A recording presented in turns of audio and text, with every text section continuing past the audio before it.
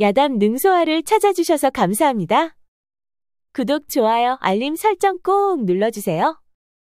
옛날 어느 마을에 꼽주로 태어난 곱등이라는 머슴이 살고 있었습니다.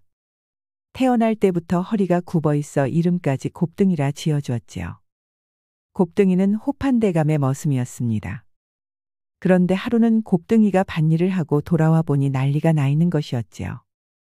여종 춘자가 멍석마리를 당하고 있는 것이었습니다. 마님이 아끼는 금붙이로 만든 놀이개가 없어졌다는 것이었지요. 그러다 보니 마님은 방 청소하는 춘자를 의심했던 것이었습니다. 그런데 멍석마리 당한 춘자는 울며 불며 모르는 일이라고 계속 외치고 있는 것이었지요. 하지만 마님은 춘자를 의심하며 계속 다그치는 것이었습니다. 어서 바른 대로 말하지 못할까? 지는 모르는 일입니다요, 마님.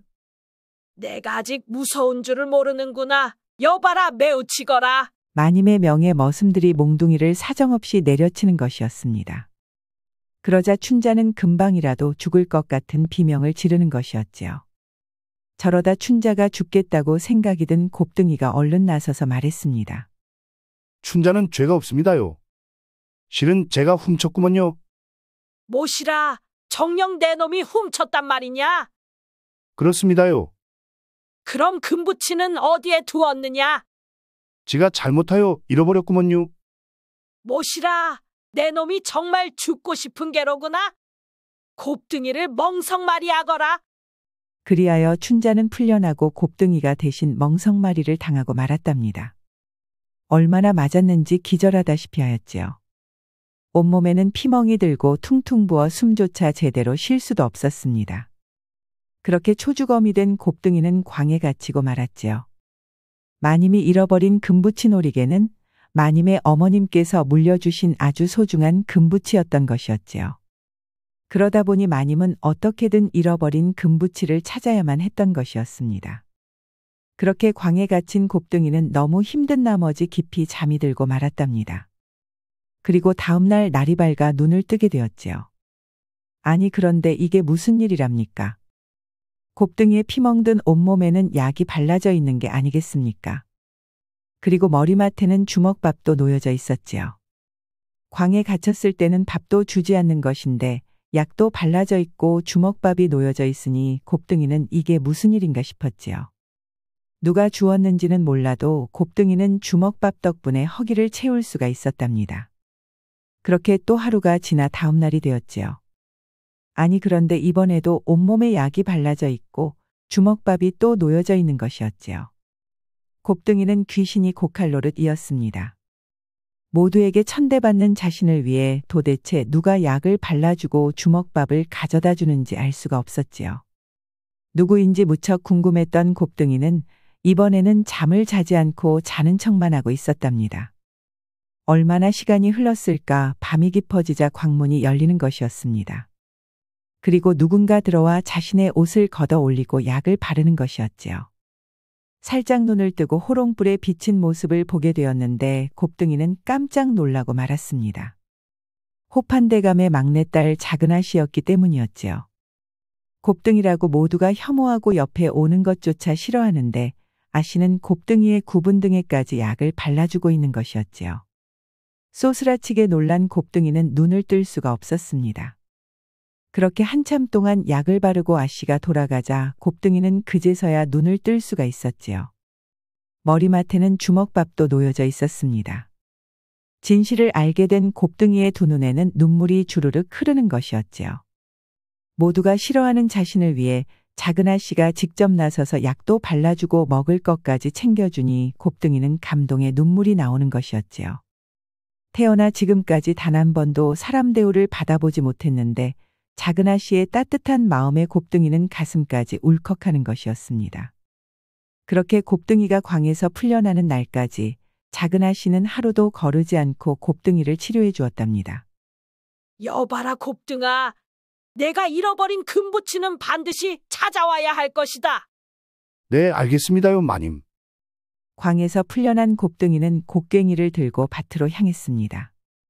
아직 몸이 성치 않은데도 착하디 착한 곱등이는 밭으로 일하러 간 것이었지요. 곱등아, 너 때문에 나까지 죽을 뻔했잖아. 착한 줄만 알았더니 그것도 아니었네. 어떻게 마님의 물건에 손 뗄 생각을 한 것이야. 그러다 죽을 수도 있다는 것을 모르는 것이야. 밭에서 만난 춘자는 곱등이를 붙들고 야단을 치는 것이었지요. 그래도 내가 다치지 않아서 정말 다행이야. 곱등이는 춘자가 다치지 않아서 정말 다행이라고만 생각했답니다. 그렇게 곱등이가 밭일을 마치고 돌아오자 마님이 기다렸다는 듯이 묻는 것이었지요. 금부치는 찾았느냐? 아직 못 찾았습니다요. 내 놈이 또 멍석마리를 당하고 싶은 게냐? 내일까지 찾아오지 않으면 또 멍석마리 당할 테니 그리 알거라. 네, 알겠습니다요. 마님이 돌아가자 춘자가 말하는 것이었습니다. 아니, 어떡하려고 그러는 것이야. 너 또 멍석말이 당하려고 그러는 것이야. 멍석말이 당해야 한다면 어쩔 수 없는 것 아닐까? 이 바보야, 너 그러다 죽을 수도 있어. 그러니 지금이라도 얼른 금부치를 찾아봐. 춘자의 말에도 곱등이는 무척 태어난 것이었습니다. 겁내는 기색도 없었지요. 그리고 또 다음 날이 되었습니다. 일하고 돌아온 곱등이에게 마님이 물었지요. 금부치는 찾았느냐? 아직 못 찾았습니다요. 내 놈이 정녕 죽고 싶은 게로구나. 여봐라 곱등이를 멍석마리 하거라. 머슴들은 곱등이를 멍석 말아 또 몽둥이질을 하는 것이었습니다. 아직 몸도 낫지 않아서 통증이 남아있는데 또 매질을 당하니 고통은 이루 말할 수가 없었지요. 그렇게 곱등이가 마당에서 매질을 당하고 있을 때 작은 방 열린 문 사이로 작은 아씨가 그 모습을 보고 있는 것이었습니다. 그런데 작은 아씨의 두 눈에는 눈물이 흐르고 있었지요. 곱등이는 매를 맞으면서도 작은 아씨의 눈에 흐르는 눈물을 보게 된 것이었습니다. 그러자 곱등이는 비명소리도 내지 않았지요. 몽둥이로 전해져 오는 고통을 이를 악물고 속으로 모두 참아내는 것이었습니다. 아니 이놈이 원래 이렇게 지독한 놈이었나? 여봐라 이놈이 의식이 돌아오거든 그때 다시 멍석을 말도록 하여라. 곱등이가 의식을 잃자 그때서야 매질이 끝나는 것이었습니다. 그리고 다시 광에 갇히고 말았지요. 의식을 잃고 쓰러진 곱등이에게는 약이 발라져 있었습니다. 그리고 주먹밥도 놓여 있었지요. 곱등이가 광에 갇혀 있는 며칠 동안 하루도 거르지 않고 약이 발라져 있었습니다. 곱등이에게 약을 바르고 있는 작은 아씨의 눈에는 눈물이 멈추질 않았지요. 자신 때문에 고통받는 곱등이가 너무 불쌍했기 때문이었습니다. 금부치 놀이개가 너무 예뻐 어머니 몰래 허리에 차고 단오절에 나갔다가 잃어버렸던 것이었습니다. 겁이 많은 작은 아씨는 어머니에게 혼날 것이 두려워 말을 하지 못했던 것이었지요. 그런 자신의 실수 때문에 죄 없는 곱등이가 이리도 고통을 받고 있으니 작은 아씨는 가슴이 너무 아팠답니다. 나 때문에 내가 너무 고통을 받으니 내 가슴이 찢어지는구나. 이제 내가 고통받는 것은 내 차마 눈뜨고 더는 볼 수가 없다. 그러니 이제라도 어머님께 사실대로 고하는 게 맞는 것이겠지. 작은 아씨는 곱등이가 너무 고통받는 것 같아 용기를 내서라도 사실을 말해야겠다고 생각한 것이었지요. 지는 괜찮아요, 작은 아씨. 그러니 지 걱정하지 마시고 작은 아씨만 괜찮으면 돼요. 아니, 의식이 돌아와 있었던 것이야? 내 의식은 진작 돌아와 있었구먼요. 아니, 그런데 왜 가만히 있었던 것이야? 작은 아씨께서 지 모르게 하시려는 것 같아서 모른 채 하고 있었구먼요. 그럼 그동안 내가 약 발라준 것도 모두 알고 있었겠구나. 그럼요, 모두 알고 있었습니다요. 그렇다면 금부치도 내가 잃어버린 것도 알았을 텐데 왜 가만히 있었던 것이야? 어머님께 내가 아는 대로 말했다면 내가 이렇게 고통받지 않았을 수도 있었을 텐데. 지 하나 편하자고 작은 아씨를 곤경에 빠뜨릴 수는 없는 것이지요. 그러니 지 걱정은 하지 마셔요. 지는 작은 아씨만 행복하면 돼요.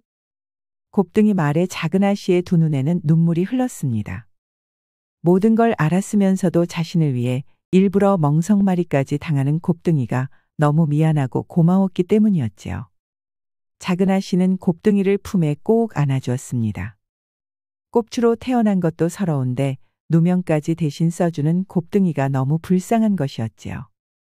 작은 아씨의 품에 안긴 곱등이의 눈에도 눈물이 흘렀습니다. 태어날 때부터 멸시와 모욕을 받으면서 살아왔는데 곱고 예쁜 작은 아씨가 자신을 품에 안아주니 태어나 처음 받아보는 벅찬 감동이었지요. 그렇게 두 사람은 서로를 부둥켜 안고 눈물을 흠뻑 쏟았답니다. 그리고 작은 아씨는 곱등이의 착한 마음에 감동하여 사랑하는 마음도 생겼지요. 곱등이도 그런 작은 아씨를 보면서 마음속 깊이 연모하게 되었답니다. 그렇게 짧고 특별했던 밤이 지나고 다음날 날이 밝았습니다. 이제 곱등이 너는 이 집에 있을 자격이 없다. 그러니 오늘 당장 집을 떠나거라. 마님은 곱등이 몸이 어느 정도 회복되자 내쫓는 것이었습니다. 금부치를 찾을 수 없다고 판단하자 더 이상 곱등이를 집에 두면 안 되겠다고 생각한 것이었지요. 그렇게 곱등이는 대감의 집에서 나올 수밖에 없었습니다. 그리고 오갈 데 없는 곱등이는 대감집 담장 끝에서 쪼그리고 앉아 있었지요.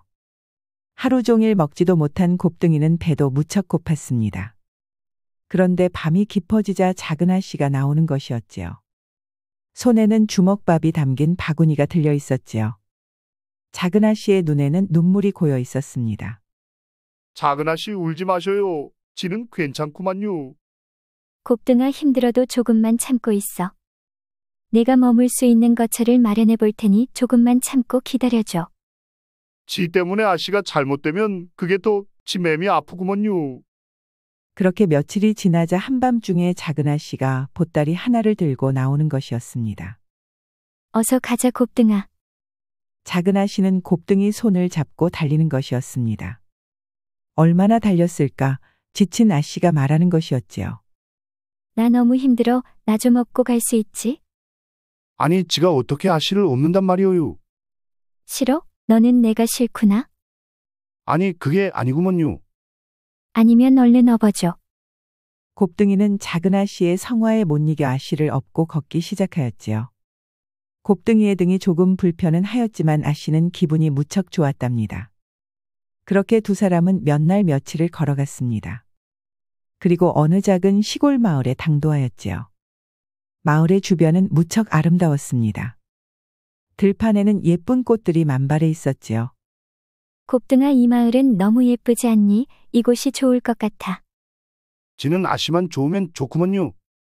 작은 아씨는 마을에 조그만 빈집을 하나 얻고 쌀독도 가득 채워놨습니다. 좀 오래되었어도 손 좀 보면 괜찮을 것 같아. 아씨의 얼굴에는 미소가 활짝 펴 있었지요. 그런 아씨의 밝은 모습을 처음 본 곱등이도 기분이 무척 좋았답니다. 곱등이는 팔을 걷어붙이고 집을 청소하기 시작하였습니다. 그러자 아씨도 팔을 걷어붙이는 것이었지요. 아이고 아씨는 가만히 계셔요. 지가 다 할 것이구먼요. 아니야 나도 해보고 싶어. 지금처럼 이렇게 기분 좋은 적이 없었어. 작은 아씨가 기분이 좋다고 하니 곱등이도 더는 말릴 수가 없었지요. 그렇게 청소를 끝내자 어느새 해가 지는 것이었습니다. 주먹밥을 나누어 먹은 두 사람은 밤하늘에 떠있는 수많은 별들을 바라보았습니다. 저 별이 너의 별이야. 아씨가 가리킨 별은 제일 크고 가장 밝게 빛나는 별이었지요. 그리고 그 옆에 있는 별이 나의 별이야. 제일 크게 반짝이는 별 바로 옆에는 작은 별이 하나 있었습니다. 작은 아씨는 별들을 바라보며 무척 즐거워하고 있었지요. 곱등이는 그런 아씨를 보면서 무척 기분이 좋았습니다. 그리고 행복하기도 하였지요. 그런데 행복감도 잠시 마님이 작은 아씨 때문에 무척 걱정할 것이라는 생각이 들었습니다. 작은 아씨가 안 들어오면 마님이 크게 걱정하실 것이구먼요. 그러니 지금이라도 들어가시지요. 싫어 안 들어갈 것이야. 아니 안 들어가신다고요? 그래 안 들어간대도. 작은 아씨는 단호해도 너무 단호했습니다. 그러다 보니 곱등이도 더는 말을 할 수가 없었지요. 그리하여 두 사람은 한 집에 살게 되었답니다. 밤에는 한 이불을 덮고 자고 낮이면 아름다운 산천을 구경하기도 하였지요. 작은 아씨는 들판에서 곱등이의 손을 잡고 뛰기도 하고 곱등이 등에 업히기도 하면서 하루 종일 웃음이 떠나질 않았습니다. 나 좀 업어줘. 힘들어 죽겠어. 엄격하고 무서운 어머님 밑에서 살다가 이렇게 나와 자유를 만끽하니 작은 아씨는 해방감도 컸던 것이었을까요? 그리고 밥을 한 번도 해보지 않은 아씨는 곱등이를 위해서 밥도 지어주었습니다. 내가 만든 밥이야. 한번 먹어봐. 밥이 익지 않아 생쌀이 씹혀도 두 사람은 깔깔거리며 맛있게 먹기도 하였지요. 곱등이도 작은 아씨도 세상에 다시 태어난 것만 같았습니다. 너무너무 행복했기 때문이었지요. 그렇게 시간이 흘러 작은 아씨의 돈도 다 떨어지다 보니 곱등이는 품삯 받는 일을 나가기 시작하였습니다. 꼽주라고 처음에는 일을 주지 않았지만 일손이 부족한 지주가 일을 시켜보고 크게 만족한 것이었지요.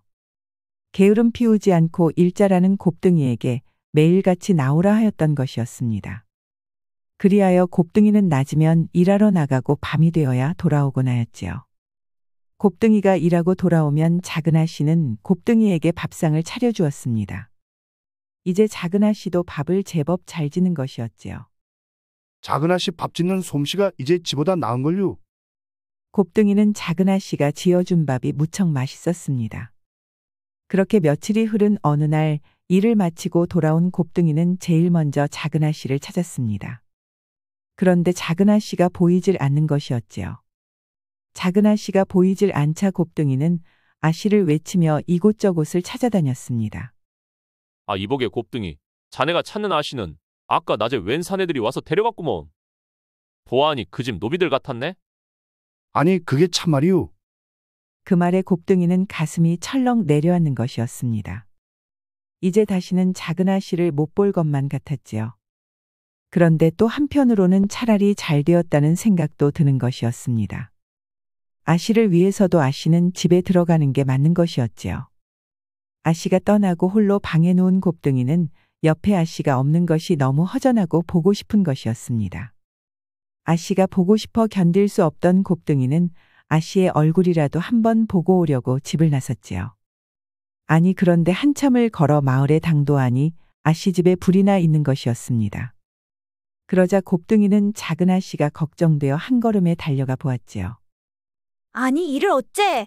작은 아씨가 아직 방에 남아있어. 불길은 온 집을 뒤덮고 있는데 작은 아씨만 아직 빠져나오고 있지 못하고 있는 것이었지요. 부모님들도 언니들도 작은 아씨를 부르며 애타게 발만 동동 구르고 있는 것이었습니다. 불길이 워낙 세다 보니 누구도 작은 아씨를 구할 엄두를 내지 못하는 것이었지요. 그러자 곱등이는 생각할 겨를도 없이 무작정 불길 속으로 뛰어들었습니다. 그리고 한참 만에야 작은 아씨를 이불에 둘둘 말아 불길 속을 빠져나왔지요. 그 덕에 작은 아씨는 무사히 살아날 수가 있었습니다. 하지만 곱등이는 온몸이 불에 타 있었지요. 아이고 큰일 날 뻔했구나. 어디 보자 다친 데는 없는 것이야. 작은 아씨의 부모님들과 언니들은 아씨가 다친 데는 없는지 이곳저곳을 살펴보는 것이었지요. 작은 아씨를 구하고 아씨의 얼굴까지 본 곱등이는 발걸음을 돌려 집으로 향했습니다. 온몸이 불에 타 걷기도 힘들었지요. 곱등이는 작은 아씨가 무사하니 마음만은 가볍게 집으로 향했습니다. 그리고 방에 들어가 누웠지요. 그리고 잠이 들고 말았습니다. 이건 필시 앙심을 품은 곱등이가 불을 낸 것이야. 금부치를 훔치고 쫓겨나자 앙심을 품은 게 틀림없어. 여봐라 돌쇠야 곱등이가 사는 곳으로 날 안내하거라. 화가 단단히 난 마님은 돌쇠를 앞세워 곱등이 집으로 향하는 것이었습니다. 이곳입니다요. 당장 곱등이를 끌어내거라. 곱등이 방에 들어간 돌쇠가 뛰쳐나오며 말하는 것이었습니다. 마님, 곱등이가 온몸에 화상을 입고 쓰러져 의식이 없습니다요. 그렇다면 집에 불을 지르거라. 하지만 마님, 그리하면 곱등이가 죽을 텐데요. 내 집에 불을 지르고도 살기를 바랄 줄 알았느냐. 어서 불을 지르거라. 마님의 지엄한 명이다 보니 머슴돌쇠는 불을 지를 수밖에 없었습니다. 돌쇠가 불을 지르고 나자 곱등이의 초가집은 순식간에 훨훨 타오르는 것이었지요. 그러자 뒤따라온 작은 아씨가 갑자기 불길 속으로 뛰어드는 것이었습니다. 아니 얘야 아가. 얘 돌쇠야. 어서 불을 끄거라 어서. 작은 아씨가 활활 타오르는 불길 속으로 뛰어들자 마님은 깜짝 놀라 어서 불을 끄라는 것이었지요. 하지만 이미 온 집에 불이 붙어버린 초가집은 도저히 끌 수가 없었습니다. 결국 불 속에서 나오지 못한 막내딸 때문에 마님은 혼절을 하고 말았지요. 그 일이 있고 마님은 넋이 나가버려 사람도 알아보지 못하는 것이었습니다. 하루 종일 넋이 나가 망부석 같은 사람이 되어버렸지요. 자신 때문에 막내딸이 불에 타 죽는 것을 눈으로 보게 되었으니 정신이 나가버린 것이었습니다. 곱등이와 작은아 씨는 한나란시에 이승을 떠났습니다. 이승에서는 이루어질 수 없는 사랑을 저승에서라도 이루려 하였던 것이었을까요? 서로를 꼭 껴안고 생을 마감한 두 사람은 뜨거운 불길 속에서도 서로를 놓지 않았던 것이었습니다. 목숨까지 바친 막내딸의 사랑을 위해 아버지는 두 사람을 합장해 주었습니다. 두 사람의 순수하고 비극적인 사랑 때문에 아버지 호판대감도 가슴이 찢어질 듯 아픈 것이었지요. 이승에서는 사랑을 이루지 못했으니 저승에서라도 사랑하는 딸의 사랑이 이루어지기를 바랬던 것이었습니다. 그렇게 곱등이와 작은아 씨가 합장이 되던 날 작은아 씨가 가리켰던 두 개의 별이 유난히도 반짝였답니다. 아주 옛날 전설 속에는 비익조라는 새가 있었습니다. 암컷과 수컷의 눈과 날개가 각각 하나씩이어서 짝을 짓지 아니하면 날지 못한다는 새이지요. 이승에서 이루지 못한 사랑을 저승에서 이루었으니 두 사람의 사랑은 전설 속의 슬픈 비익조 같은 사랑이 된 것 같습니다. 우리 영상을 시청하시는 여러분 모두 항상 좋은 일들만 가득하시기 바랍니다. 구독과 좋아요, 알림 설정 꼭 부탁드립니다. 다음 이야기도 재미있는 이야기가 많으니 다른 영상도 재미있게 봐주세요. 그럼 여러분 모두 오늘도 행복하고 즐거운 시간 되세요.